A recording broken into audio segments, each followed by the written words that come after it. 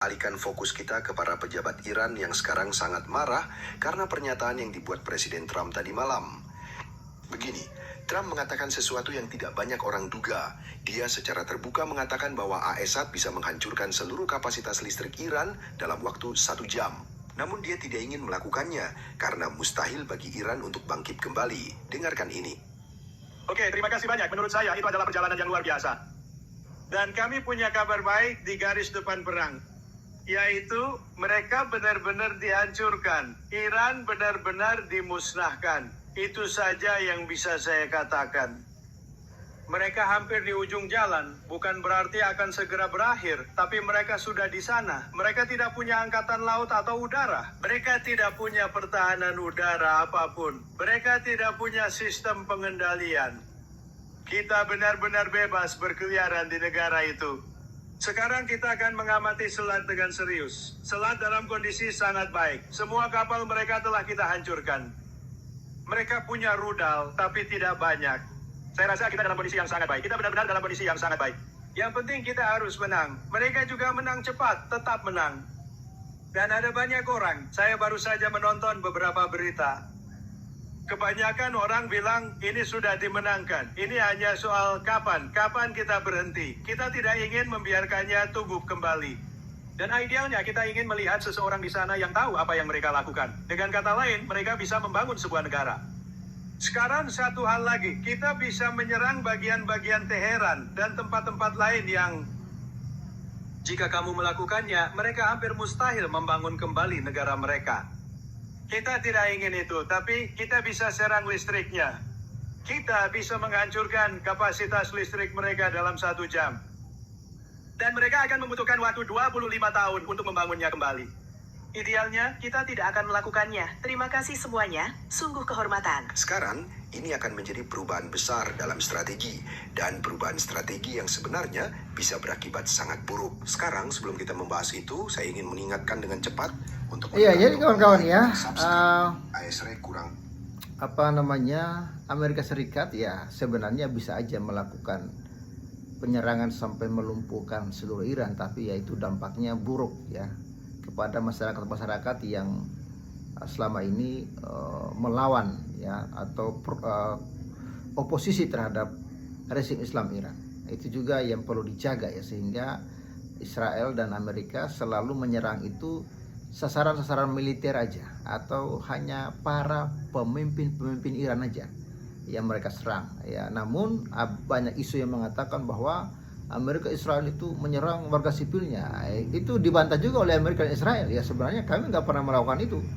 Ya itu adalah propaganda Iran. Iran sendiri yang membunuh rakyatnya karena mereka selalu bersembunyi ya di balik warga sipil. Itulah strategi mereka kawan-kawan. Mereka yang bunuh warganya sendiri, yang disalahkan adalah Amerika dan Israel ya. Senang saat Israel menyerang gudang minyak Iran. Tujuan operasi militer ini adalah menjaga rakyat Iran tetap mendukung kita agar mereka membantu pergantian rezim tanpa perlu Amerika Serikat mengirim pasukan. Namun jika kita menyerang infrastruktur sipil, kita berisiko membuat penduduk menentang kita. Dan mengingat bahwa sebagian besar penduduk masih menginginkan pergantian rezim di dalam Iran, penting untuk menjaga mereka tetap di pihak kita. Ya, inilah sebabnya, meskipun Presiden Trump membicarakan hal ini, saya pribadi meragukan bahwa akan menjadi ide yang baik untuk benar-benar menerapkan strategi ini.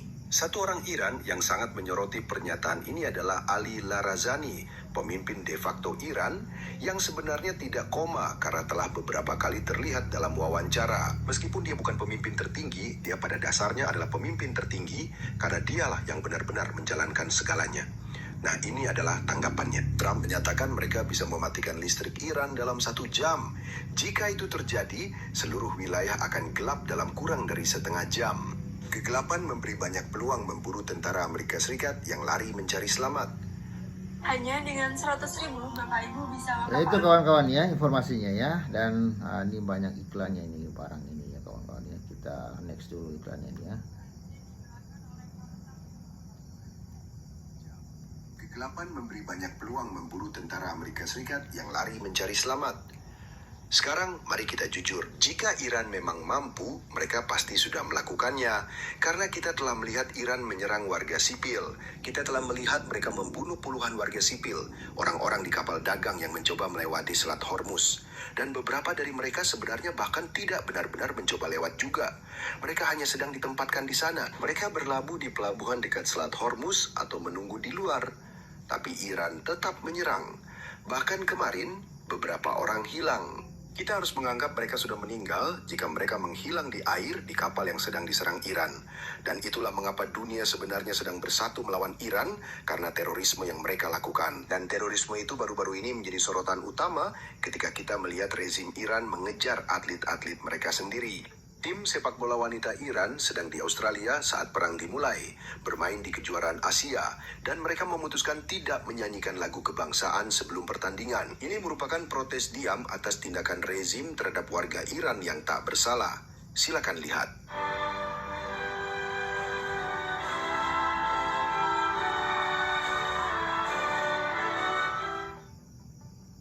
Saya bilang salute untuk mereka, serius.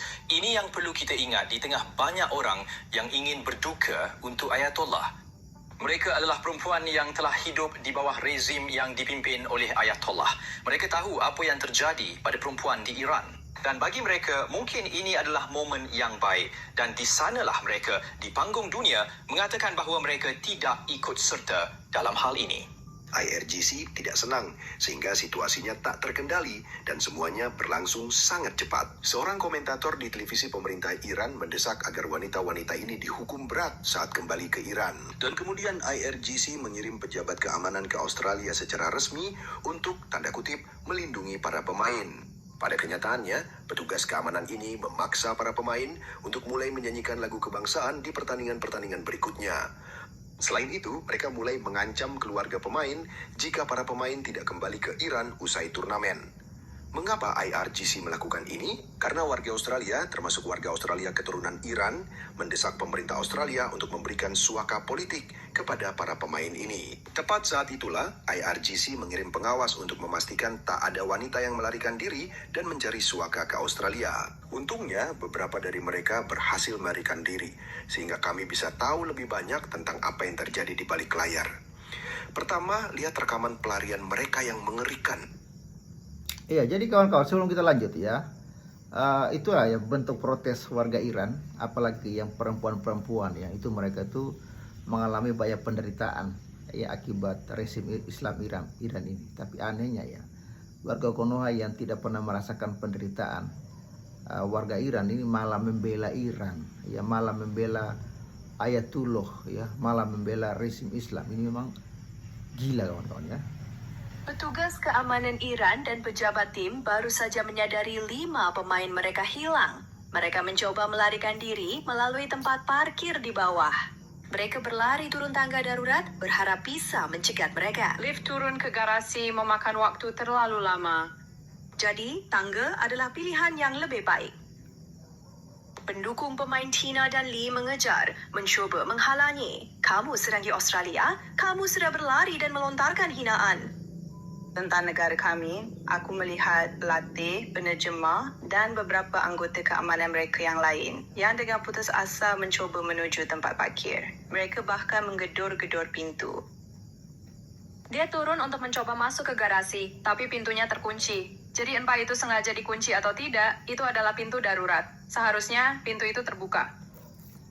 Setelah menemui jalan buntu, rombongan berlari ke atas, diikuti Lee dan Tina. Oke, John, sepertinya itu namanya.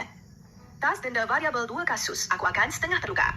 Beberapa pemain tampaknya mencoba keluar dan ketahuan. Di lantai atas di lobi, kenyataan dari situasi ini mulai terasa. Saat itu kamu melihat kepanikan. Dia tampak seperti pria yang gagal menjalankan tugas. Sangat terpukul. Dan kamu tahu, aku rasa mereka bahkan sempat berteriak. Mereka keluar masuk hotel, kembali ke lobi. Mereka kacau saat mencoba memutuskan tindakan. Pada saat yang kacau inilah, para gadis berhasil meninggalkan hotel. Nah, totalnya 7 orang berhasil melarikan diri, 6 pemain dan 1 anggota staf. Semua dari mereka diberikan suaka, Tetapi seperti yang akan segera kita ketahui, salah satu dari mereka sebenarnya memutuskan untuk kembali bersama para pemain lainnya yang memutuskan bahwa lebih aman untuk tidak mencari suaka politik. Sekarang saya ingin membahas apa yang telah kita pelajari sejak para pemain mulai berbicara di depan umum. Pelarian ini menunjukkan jelas bagaimana Garda Revolusi mengontrol atlet Iran di luar negeri bahkan sebelum mereka meninggalkan negara. Sebelum tim manapun, baik sepak bola atau olahraga lain berangkat dari Iran, setiap pemain wajib menyerahkan jaminan keuangan besar ke pemerintah. Intinya, itu deposit yang bisa diambil kembali jika kamu berperilaku baik di negara asing. Semoga kalian paham. Selain itu, setiap pemain juga harus memberikan identitas dan keberadaan keluarga mereka, di mana mereka tinggal, di mana mereka bekerja, apa yang mereka lakukan. Jika keluarga memiliki bisnis, maka Garda Revolusi akan mengambil alih bisnis tersebut sampai pemain kembali ke Iran. Inilah sebabnya, meski 7 orang berhasil kabur, sebagian besar pemain tetap kembali ke Iran, termasuk 1 pemain yang sempat melarikan diri. Semua pemain merasakan tekanan besar. Jika membelot, konsekuensinya bagi keluarga mereka sangat mengerikan. Banyak pemain enggan mengambil risiko ini, jadi mereka pulang ke Iran dan mempertaruhkan keselamatan sendiri. Karena ingat, semua pemain sepakat tidak menyanyikan lagu kebangsaan di pertandingan pertama. Saya yakin itu adalah sesuatu yang tidak akan dipandang baik oleh rezim Iran.